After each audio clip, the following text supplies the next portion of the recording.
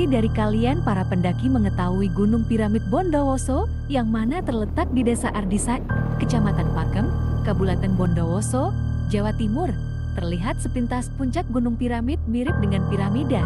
Maka dari itu gunung ini dinamakan Gunung Piramid. Karena permukaan yang ekstrim bisa sampai kemiringan 45-80 derajat, bisa dibayangkan betapa ngerinya setiap trek disambut oleh jurang yang berada di kanan kiri kita.